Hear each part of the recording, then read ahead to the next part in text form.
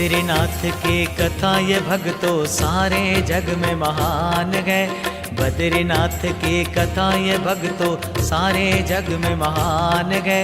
नारायण मिलते हैं उसको जिसकी भक्ति महान है, जहाँ भक्ति का ज्ञान है। हरि ओम हरि ओम हरि ओम हरि ओम।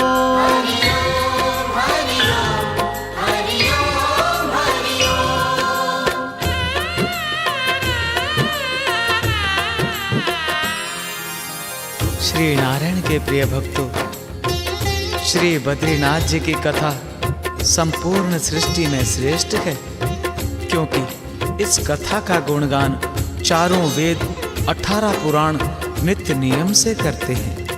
भक्तों, यह कथा 18 पुराणों से ली गई है। इस कथा में यह बताया गया है कि वास्तव में यह स्थान पहले शिव का था। यहाँ पर नारायण कैसे आए और यदि आए तो उनका नाम बद्री नारायण क्यों हुआ? बद्रीनाथ धाम दुनिया का सबसे बड़ा धाम क्यों माना गया? श्री बद्रीनाथ जी की यात्रा करने से क्या फल प्राप्त होता है? भक्तों, इतना ही नहीं, जो प्राणी एक बार सच्चे मन और भक्ति भाव से भगवान बद्री विशाल की कथा सुनता है और सुनाता है, उस पर नारायण की अति कृपा हो जाती है। लक्ष्मी प्रसन्न होकर उसके घर में निवास करती है। मनुष्य धन्य धान्य से पूर्ण हो जाता है। तो आओ, अब मैं आपको भगवान बद्री विशाल की कथा सुनाता हूँ, ताकि आप जान सकें कि श्री नारायण भूलोक में क्यों आए।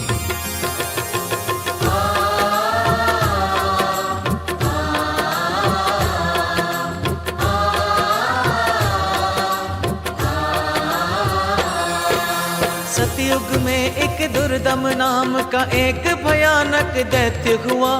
अमर हो जाओ किसी भी तरह, दुर्दम ने यह ठान लिया। घोर तपस्या करके दैत्य ने सूर्य देव को मना लिया। मार सके ना कोई भी मुझको, ऐसा उसने तप किया, ऐसा उसने तप किया। सूर्य देव प्रसन्न हो गए, मांगो क्या वरदान है। नारायण मिलते हैं उसको जिसकी भक्ति महान है, जहाँ भक्ति का ज्ञान है। बद्रीनाथ की कथा ये भक्तों सारे जग में महान है। नारायण मिलते हैं उसको जिसकी भक्ति महान है, जहाँ भक्ति का ज्ञान है। हरि ओम हरि ओम हरि ओम हरि ओम।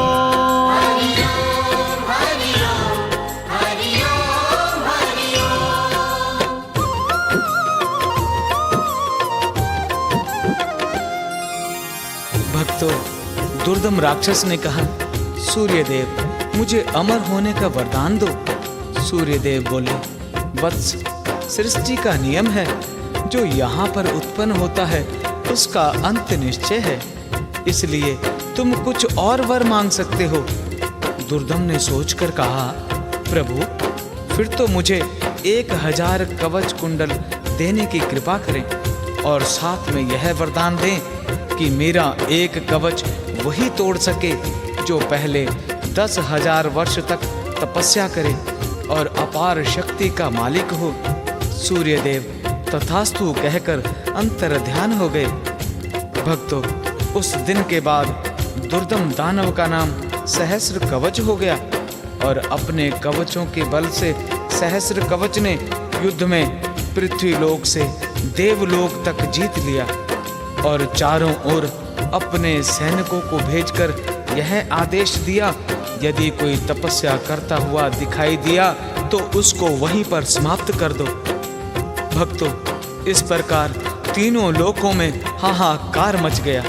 अतः सब मिलकर भगवान श्री नारायण की शरण में गए।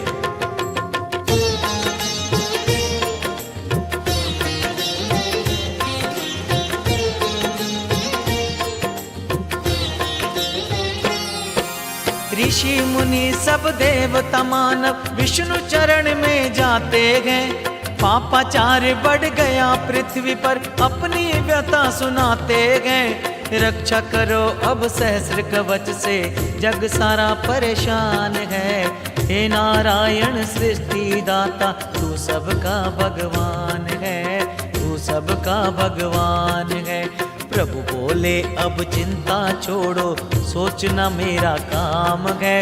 नारायण मिलते हैं उसको जिसकी भक्ति महान है, जहाँ भक्ति का ज्ञान है। बद्रीनाथ की कथा ये भक्तों सारे जग में महान है। नारायण मिलते हैं उसको जिसकी भक्ति महान है, जहाँ भक्ति का ज्ञान है। हरि ओम हरि ओम हरि ओम हरि ओम।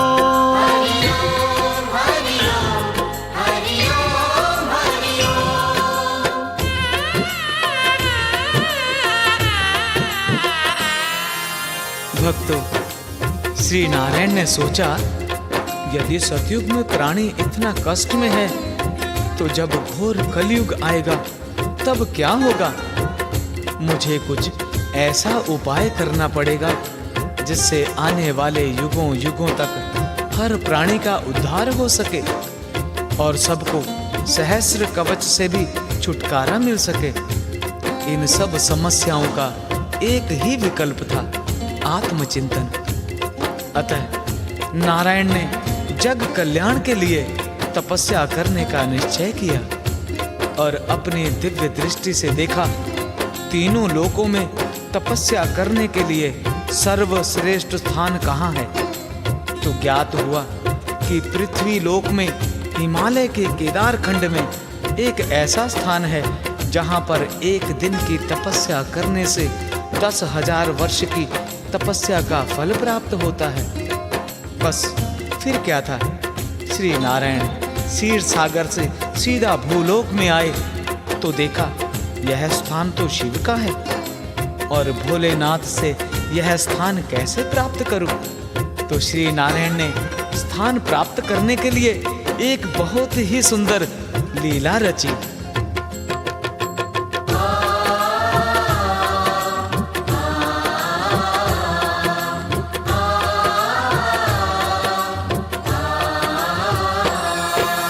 ऋषि गंगा के पास शिला पर नारायण ने लीला रची।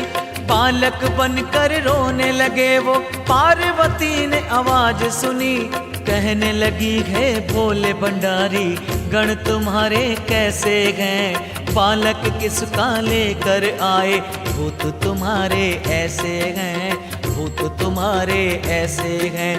आज्ञा हो तो लेकर आऊं, बालक छोटा नादान है। नारायण मिलते हैं उसको जिसकी भक्ति महान है, जहाँ भक्ति का ज्ञान है। बद्रीनाथ की कथा ये भक्तों सारे जग में महान है। नारायण मिलते हैं उसको जिसकी भक्ति महान है, जहाँ भक्ति का ज्ञान है। हरि ओम हरि ओम हरि ओम हरि ओम।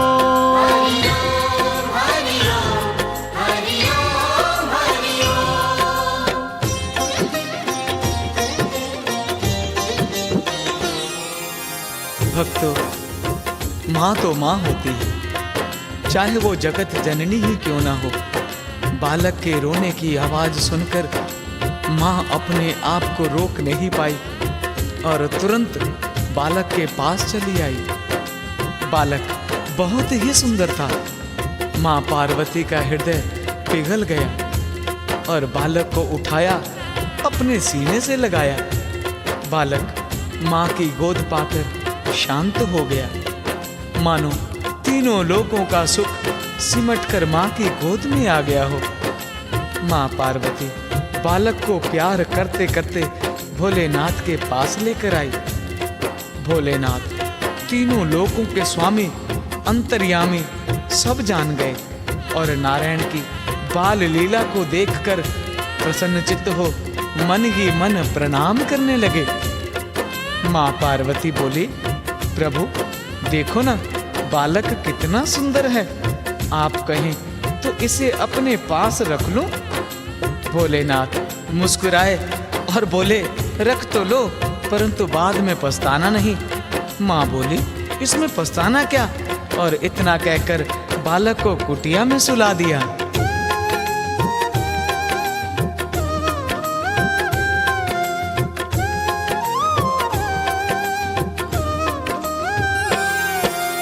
भोलेनाथ और पार्वती स्नान ध्यान को जाते हैं।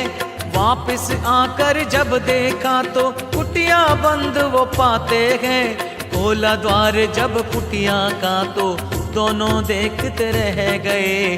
बालक के बदले में देखा नारायण हैं बैठे हुए, नारायण हैं बैठे हुए।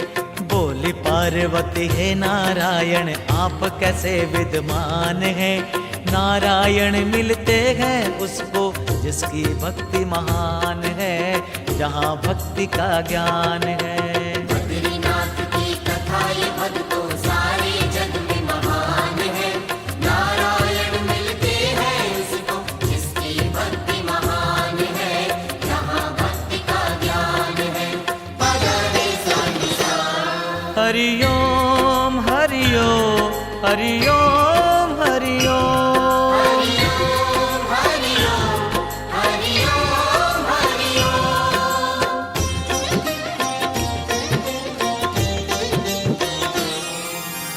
माँ पार्वती ने पूछा, प्रभु आप और यहाँ?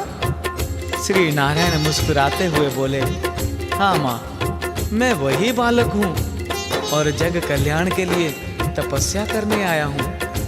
मुझे यह स्थान तप के लिए श्रेष्ठ एवं प्रिय लगा और मुझे मालूम था कि माँ का दिल तो कोमल होता है और आप मुझे यह स्थान अवश्य देंगी। आपने वही किया जो मैं चाहता था। जग कल्याण की बात सुनकर माँ पार्वती और भोलेनाथ प्रसन्न हो गए और यह स्थान श्री नारायण को देकर स्वयं केदारनाथ में चले गए। भक्तों, तब से इस स्थान को आदि केदारेश्वर के नाम से जाना जाता है। और जब श्री नारायण को स्थान प्राप्त हो गया तो श्री नारायण की योग माया भैरवी चक्र पृथ्वी लोक में नारायण की सेवा में उतर आई। यानी कि पृथ्वी लोक में भू वैकुंठ धाम की स्थापना हो गई और श्री नारायण जग कल्याण के लिए आत्मचिंतन में लीन हो गए। भक्तों, उधर क्षीर सागर में महालक्ष्मी श्री नारायण के बिना व्याकुल हो गई।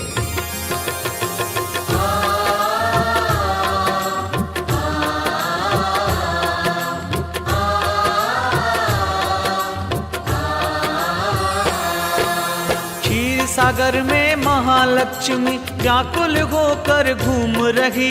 नारायण ना जाने कहाँ है, चिंता उनको होने लगी।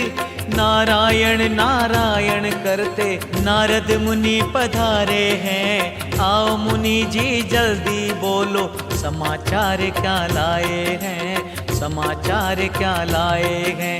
सृष्टि दाता कहाँ गए हैं, क्या इसका तुम्हें ज्ञान है।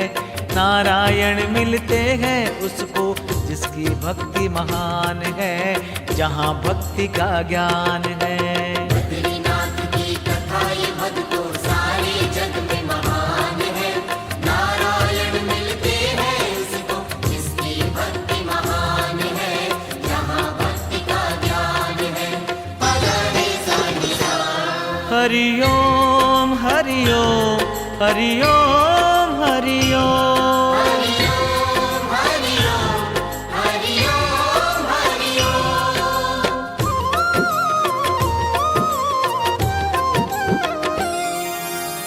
देवर्षि नारद बोले, माते, श्री नारायण तो इस समय हिमालय के केदार खंड में तपस्या में लीन है। यह सूचना देकर नारद मुनि अंतर ध्यान हो गए। इतना सुनकर महालक्ष्मी वो वैकुंठ धाम में पहुंची तो देखा श्री नारायण पद्म आसन में बैठे आत्मचिंतन में लीन है। महालक्ष्मी सोचने लगी कि मैं अपने प्रभु की सेवा कैसे करूं? तो उन्हें एक उपाय सूझा और बेरी का वृक्ष बनकर श्री नारायण के ऊपर छाया कर दी। कुछ समय के उपरांत जब नारायण ने अपने नेत्र खोले तो महालक्ष्मी को वृक्ष के रूप में अपनी सेवा में पाया। श्री नारायण ने प्रसन्न होकर कहा, प्रिय, तुमने मेरे ऊपर आने वाली धूप, गर्मी, बर्फ, बारिश को अपने ऊपर लेकर मुझसे भी ज्यादा तपस्या की है, इसलिए मैं तुम्हें स्वेच्छा से वरदान देता हूँ, मेरा यह प्रिय स्थान तुम्हारे नाम से जाना जाएगा। भक्तों, बेरी को संस्कृत में बद्री कहते हैं और महालक्ष्मी ने बद्री वृक्ष बनकर श्री नारायण के ऊपर छाया की, इसलिए श्री नारायण ने इस स्थान का नाम बद्री नारायण दिया।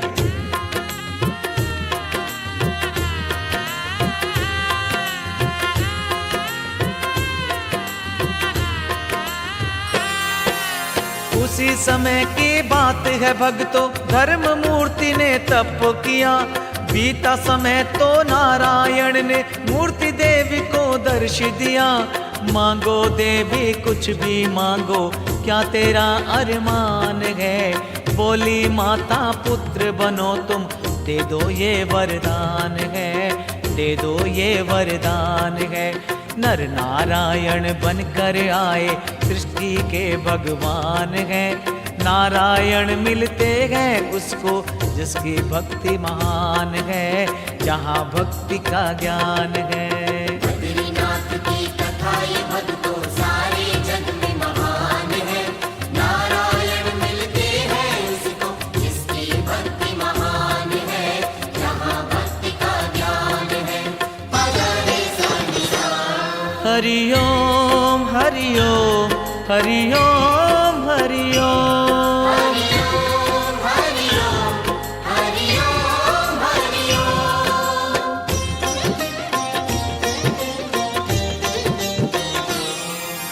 भक्तों, बद्रीनाथ से 3 किलोमीटर की दूरी पर श्री नारायण के वरदान के अनुसार माता मूर्ति ने श्रावण मास में 2 सुंदर बालकों को जन्म दिया, जिनका नाम नर और नारायण हुआ, क्योंकि श्री नारायण ने सोचा सहस्र कवच को मारने के लिए एक नहीं बल्कि 2 रूप में अवतार लेना होगा, तभी प्राणियों को सहस्र कवच से छुटकारा मिल सकेगा।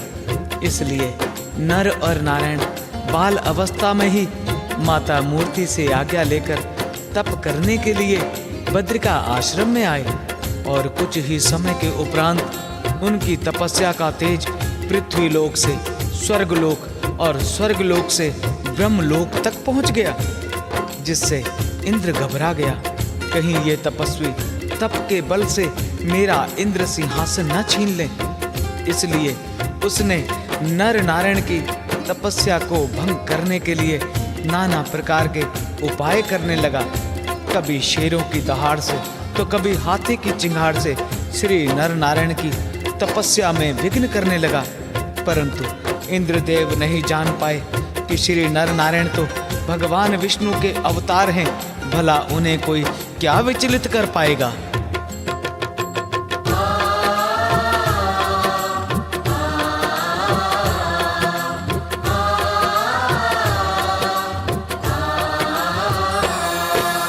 इंद्रदेव ने वरुण पवन को पल में ये आदेश किया, उनके तप को भंग करो तुम, पृथ्वीलोक में भेज दिया। आंधी तूफान से जोर लगाया, कभी बारिश बौछार से, टूटी समाधि न जब दोनों की, हो गए सब लाचार से, हो गए सब लाचार से। कामदेव को बोले आखिर छोड़ो अपना कमान है, नारायण मिलते हैं उसको जिसकी भक्ति महान है, जहाँ भक्ति का ज्ञान है। बद्रीनाथ की कथा ये भक्तों सारे जग में महान है। नारायण मिलते हैं उसको जिसकी भक्ति महान है, जहाँ भक्ति का ज्ञान है। पगरे संसा हरि ओम हरि ओम हरि ओम हरि ओम। हरि ओम हरि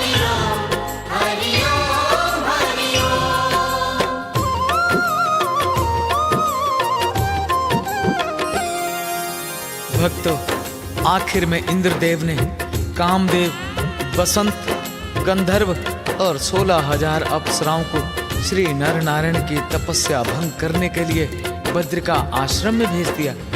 वहां पहुंचकर कामदेव और बसंत ने अपना चमत्कार दिखाया और पल में बर्फीले हिमालय को बदलकर बसंत बहार बना दिया। चारों ओर भांति भांति के फलों के वृक्ष और वृक्षों पर कोयल कू कू करके गाने लगी। नाना प्रकार के फूल खिल गए, फूलों पर भंवरे मंडराने लगे। आसमान पर काली घटाएं छाने लगी, मोर पंख फैलाकर नाचने लगे। मंद मंद गति से शीतल हवाएं चलने लगी। गंधर्व गाने लगे, 16,000 अप्सराएं नृत्य करने लगी। चारों तरफ कामदेव का वास होने लगा। मानो तीनों लोकों का आनंद सिमटकर बद्रिका आश्रम में आ गया हो।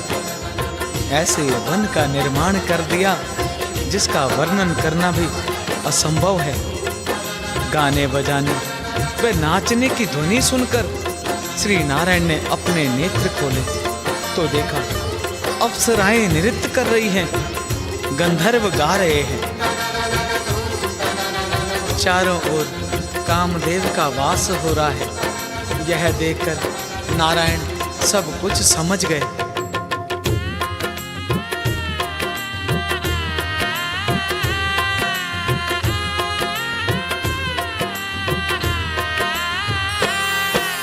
नारायण त्रिकालदर्शी है, पल में वो सब समझ गए। इंद्रदेव की है करतूत, ये क्षण में वो पहचान गए। नारायण की दृष्टि तेज को अप्सरा देख के सहम गई। तप के बल से भस्म न कर दे, वो सब इतना समझ गए, वो सब इतना समझ गए। क्षमा करो अब हे नारायण, गलत हुआ ये काम है।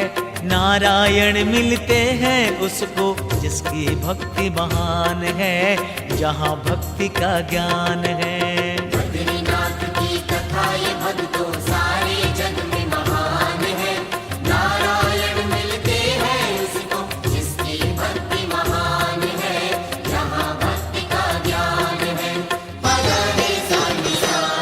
हरि ओम हरि ओम हरि ओम हरि ओम। हरि ओम हरि ओम हरि ओम हरि ओम।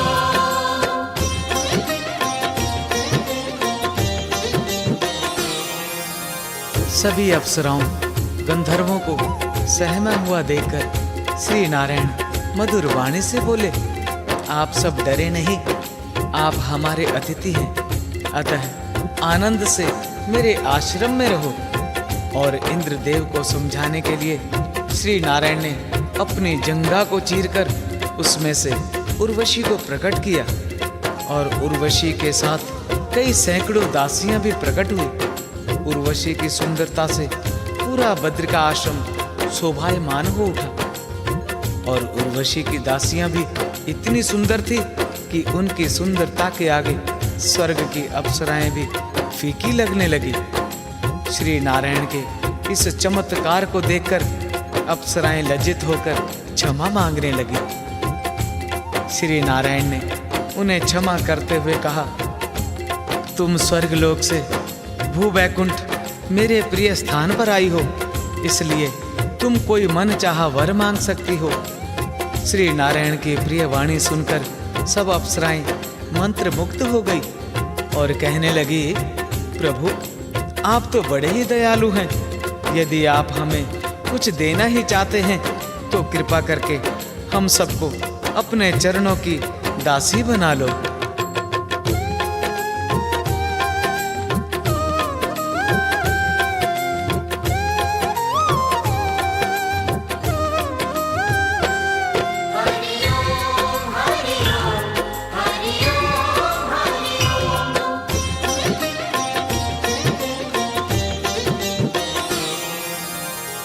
दयालु करुणा सागर तुम जैसा कोई देव कहा, सजा के बदले वर देते हो ऐसा देखा हमने यहाँ।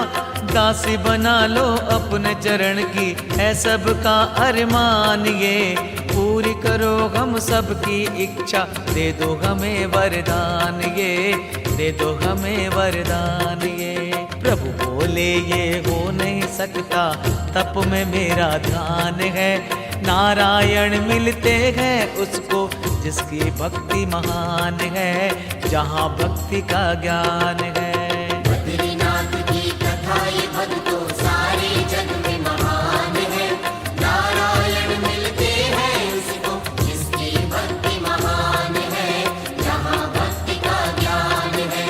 पगले सा हरि ओम हरि ओम हरि ओम हरि ओम। हरि ओम हरि ओम हरि ओम हरि ओम।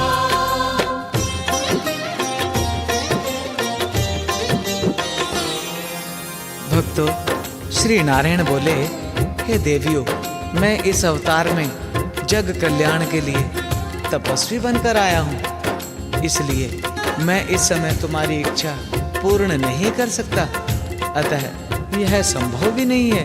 हाँ, मैं तुम्हें वचन देता हूँ, द्वापर में जब मेरा कृष्ण अवतार होगा तब मैं तुम्हारी इच्छा जरूर पूरी करूँगा।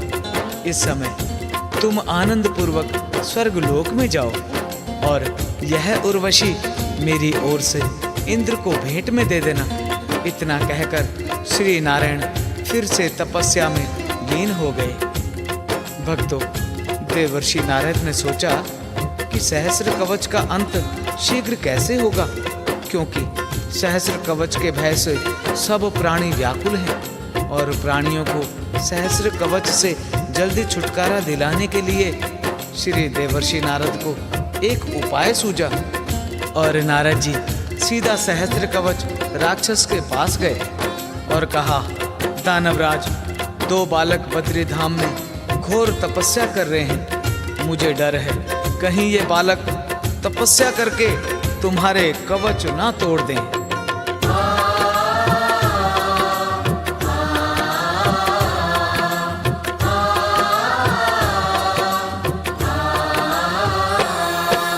नारद मुनि जी घूमते फिरते सहस्र कवच के पास गए। बद्रीनाथ में दो बालक हैं, तप करने में मग्न हुए। तोड़ न देवे कवच तुम्हारे, यह समझाने आया हूँ। समाचार में दे दूं तुमको, यह बतलाने आया हूँ, यह बतलाने आया हूँ। छिन जाएगी शक्ति तुम्हारी, मिटेगा नाम निशान है। नारायण मिलते हैं उसको जिसकी भक्ति महान है, जहाँ भक्ति का ज्ञान है। बद्रीनाथ की कथा ये भक्तों सारे जग में महान है। नारायण मिलते हैं उसको जिसकी भक्ति महान है, जहाँ भक्ति का ज्ञान है। पगले सा निसा। हरि ओम हरि ओम हरि ओम हरि ओम। हरि ओम हरि ओम हरि ओम हरि ओम।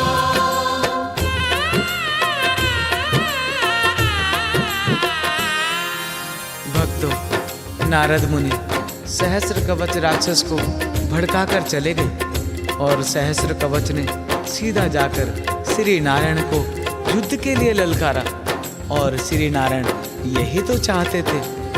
भक्तों, बद्रीनाथ धाम में एक दिन की तपस्या करने से 10,000 वर्ष तपस्या का फल प्राप्त होता है और सहस्र कवच का एक कवच वरदान के अनुसार वही तोड़ सकता था जिसने पहले 10,000 वर्ष तप किया हो।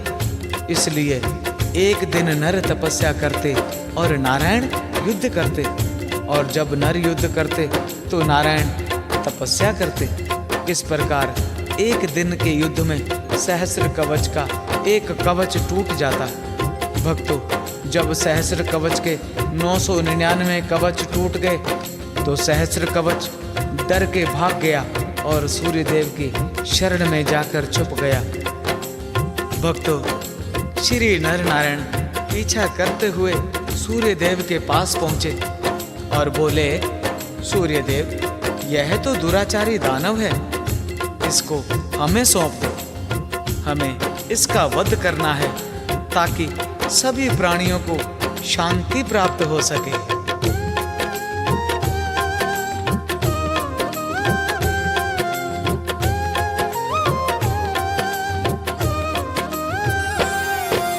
सूर्य देव विनती कर बोले, यह तो शरण में आया है, शरणागत की रक्षा करना पाठ ये तुमने पढ़ाया है। तुम ही बताओ अब क्या करूं मैं, संकट में हूँ फंसा हुआ, क्षमा करो हे नर नारायण, वचनों से मैं बंधा हुआ, वचनों से मैं बंधा हुआ। प्रभु बोले, तुम धर्म निभाओ, इसमें ही कल्याण है। नारायण मिलते हैं उसको जिसकी भक्ति महान है, जहाँ भक्ति का ज्ञान है। बद्रीनाथ की कथा ये भक्तों सारे जग में महान है। नारायण मिलते हैं उसको जिसकी भक्ति महान है, जहाँ भक्ति का ज्ञान है। हरि ओम हरि ओम हरि ओम हरि ओम। हरि ओम हरि ओम हरि ओम हरि ओम।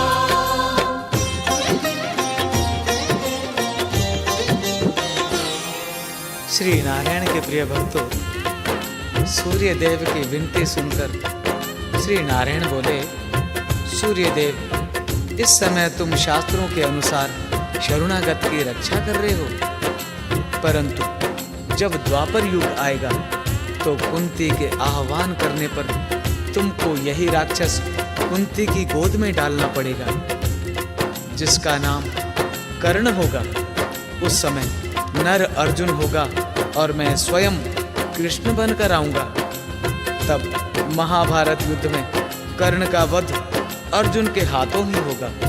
इतना कहकर श्री नर नारायण अंतर ध्यान हो गए और बद्रिका आश्रम में आकर पुनः जग कल्याण के लिए तपस्या में लीन हो गए।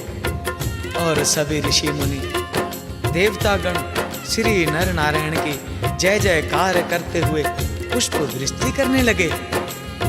भक्तों, श्री बद्री नारायण जी का नाम बद्री विशाल क्यों हुआ, इसकी कथा वराह पुराण के 48वें अध्याय में सूर्यवंशी राजा विशाल की कथा है, जिसे सुनकर पता चलता है कि श्री बद्रीनाथ भगवान कितने दयालु हैं।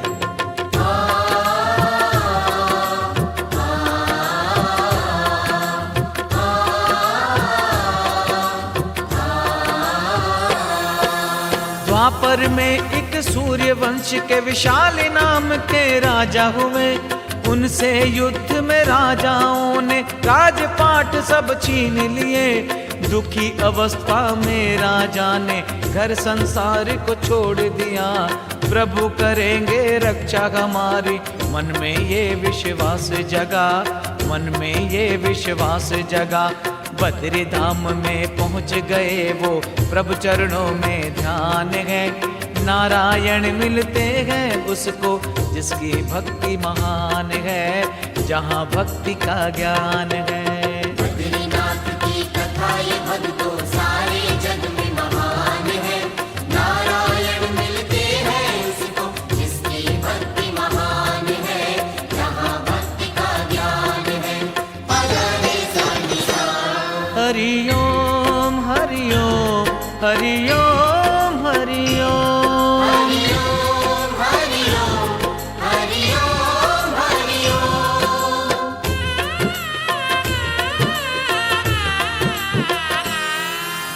श्री बद्री धाम में पहुंचकर राजा विशाल ने भक्ति भाव से भगवान विष्णु के चरणों में ध्यान लगाकर तपस्या प्रारंभ कर दी।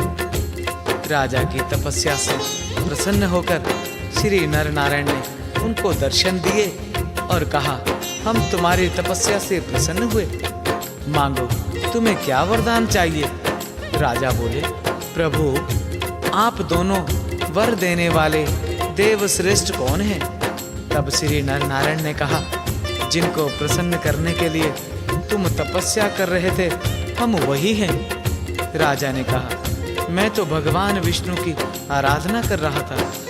राजा की बात सुनकर श्री नर नारायण मुस्कुराए और बोले, हम ही विष्णु हैं और पृथक पृथक युगों में हमारे भिन्न भिन्न अवतार हैं। राजा ने श्री नर नारायण की प्रिय वाणी सुनकर प्रणाम किया और भाव से पूजा वंदना की और कहा, प्रभु, यदि आप मुझे कुछ देना ही चाहते हैं तो मेरा खोया हुआ राजपाट मुझे फिर से दिला दो। श्री नर नारायण ने कहा, राजन, राज्य तो तुम्हें मिल ही जाएगा, किंतु तुमने बद्री धाम में आकर बड़े ही श्रद्धा भाव से हमारी आराधना की है, इसलिए यह प्रिय स्थान तुम्हारे नाम से भी विख्यात होगा। इस प्रकार श्री बद्रीनाथ जी को बद्री विशाल भी कहते हैं।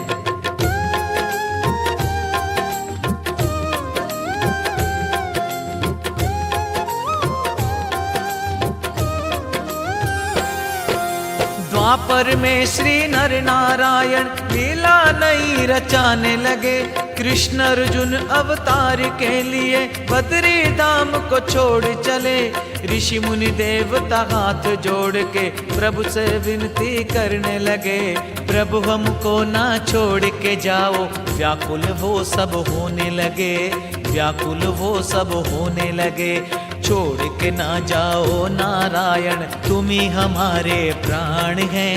नारायण मिलते हैं उसको जिसकी भक्ति महान है, जहाँ भक्ति का ज्ञान है। बद्रीनाथ की कथा ये भक्तों सारे जग में महान है। नारायण मिलते हैं उसको जिसकी भक्ति महान है, जहाँ भक्ति का ज्ञान है। हरि ओम हरि ओम हरि ओम हरि ओम हरि ओम हरि ओम हरि ओम हरि ओम।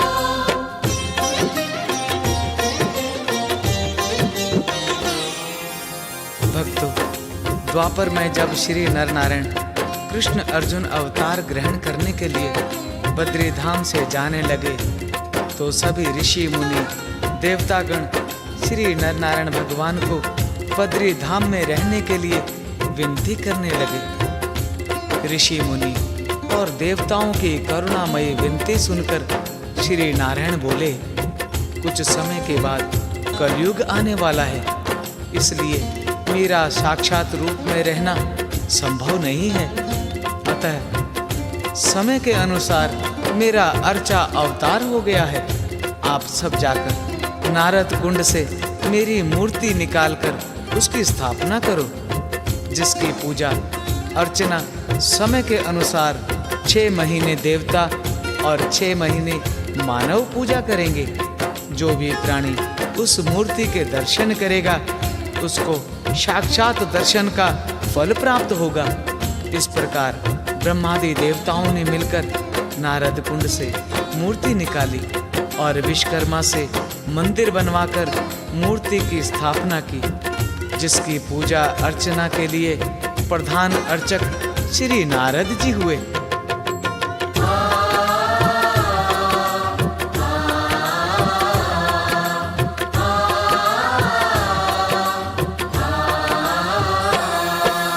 महाभारत के अंत में भक्तों गंधारी ने शाप दिया, यादव कुल में कोई ना बचे, ऐसा उसने कोप किया। कृष्ण बोले, हे उद्धव प्यारे, बात ये मेरी मान लो। लीला पूरी करने चला हूँ, अब तुम ये भी जान लो, अब तुम ये भी जान लो। बद्री धाम में जाके रहो तुम, वही अब मेरा धाम है। नारायण मिलते गए उसको जिसकी भक्ति महान है, जहाँ भक्ति का ज्ञान है। बद्रीनाथ की कथा ये भक्तों सारे जग में महान है। नारायण मिलते हैं उसको जिसकी भक्ति महान है, जहाँ भक्ति का ज्ञान है।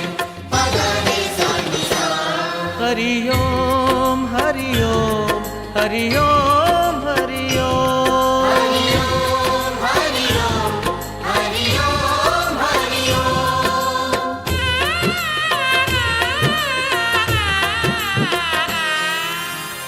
इस प्रकार श्री कृष्ण ने उद्धव से कहा, प्रिय उद्धव, तुम सीधा बद्री का आश्रम में जाओ, क्योंकि पूरी सृष्टि में एक वही ऐसा स्थान है जो श्राप मुक्त है। श्री कृष्ण की प्रिय वाणी सुनकर उद्धव बोले, प्रभु, यह बद्री का आश्रम कहाँ है और उस प्रिय स्थान को मैं कैसे पहचानूंगा?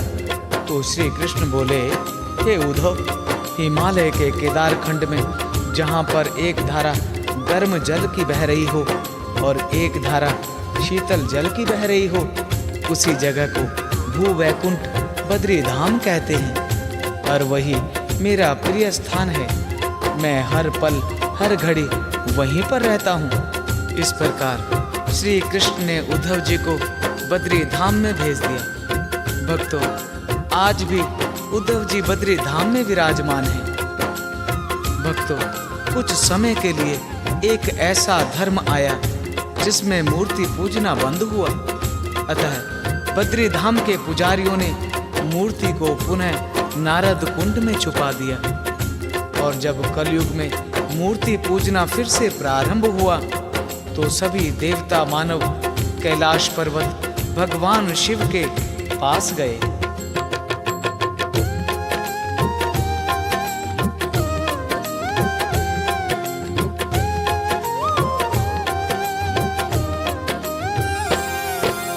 देवता मानव विनती करने शिव भोले के पास गए।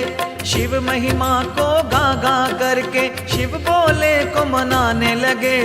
विनती सुन लो नाथ हमारी, कुछ भी ऐसा यत्न करो, खोलो द्वार अब बद्री धाम के, हम पर ऐसी दया करो, हम पर ऐसी दया करो। शिव बोले, मैं स्वयं आऊंगा, लेकर के अवतार है। नारायण मिलते हैं उसको जिसकी भक्ति महान है, जहाँ भक्ति का ज्ञान है। बद्रीनाथ की कथा ये भक्तों सारे जग में महान है। नारायण मिलते हैं उसको जिसकी भक्ति महान है, जहाँ भक्ति का ज्ञान है।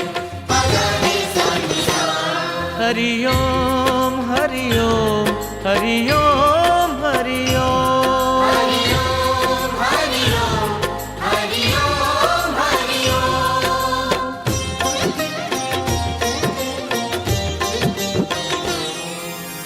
भगवान शिव बोले, हे देवजनों, श्री नारायण तो मेरे आराध्य देव हैं, इसलिए आप सब चिंता ना करें।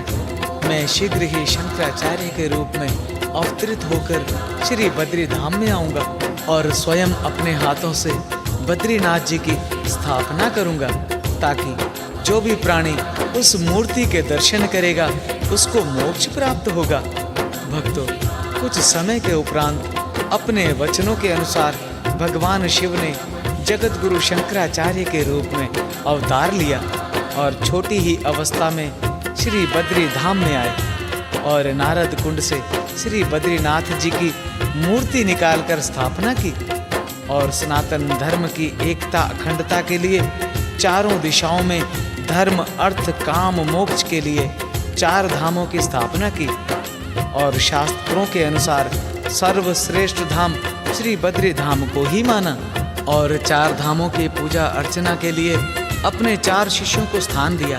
भक्तों, आज भी यही परंपरा चली आ रही है। श्री बद्री धाम में केरल के नंबूद्री परिवार से ही भगवान बद्री विशाल के पुजारी आते हैं, जो कि पूर्णतया से ब्रह्मचारी होते हैं। उन्हें रावल जी कहते हैं।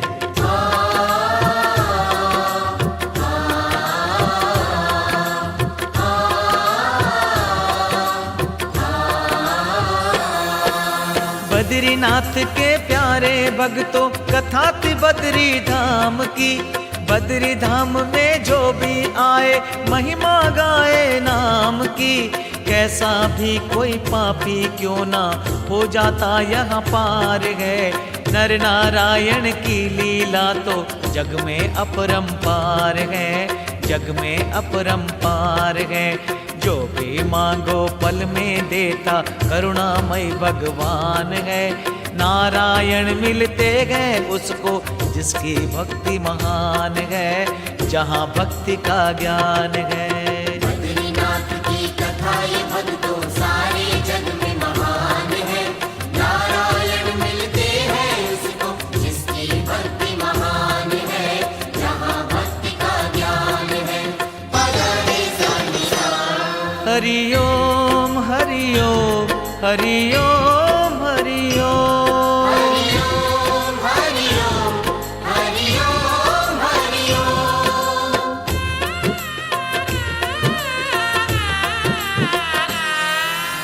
भक्तों, आपने श्री बद्री धाम की महिमा सुनी। यहाँ पर जो भी प्राणी आता है वह कैसा भी पापी क्यों न हो, तप्त कुंड में स्नान करते ही पाप मुक्त हो जाता है और बद्रीनाथ जी के दर्शन करने से मोक्ष का अधिकारी हो जाता है। जिस प्रकार सोना कितना भी मैला क्यों न हो, अग्नि में डालते ही सोना पवित्र हो जाता है, उसी प्रकार बद्री धाम में आते ही मनुष्य भी निष्पाप एवं पवित्र हो जाता है।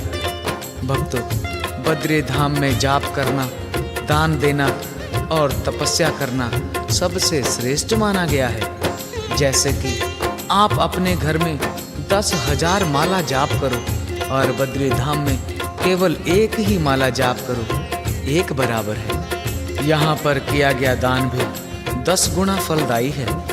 इसीलिए इस भूमि पर ऋषि मुनि देवताओं ने तपस्या की, क्योंकि यह तपोभूमि है। यहाँ पर वेद व्यास जी ने 18 पुराणों की रचना की और भागवत महापुराण भी यहीं पर लिखा।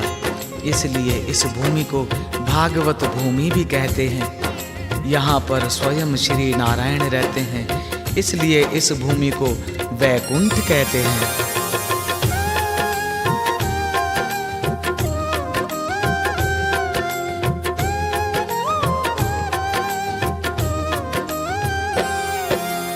बद्रीनाथ की कथा ये भक्तों सारे जग में महान है। बद्रीनाथ की कथा ये भक्तों सारे जग में महान है। नारायण मिलते हैं उसको जिसकी भक्ति महान है। जहाँ भक्ति का ज्ञान है। पदा रे